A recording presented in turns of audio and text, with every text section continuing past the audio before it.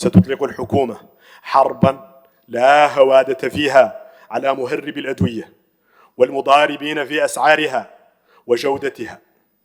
فلن تقبل الحكومة تحت أي ظرف التلاعب بصحة المواطن، لأنه في الحقيقة لا صحة مع الدواء الفاسد، ولا صحة مع الدواء المزور، ولا صحة مع الدواء منتهي الصلاحية.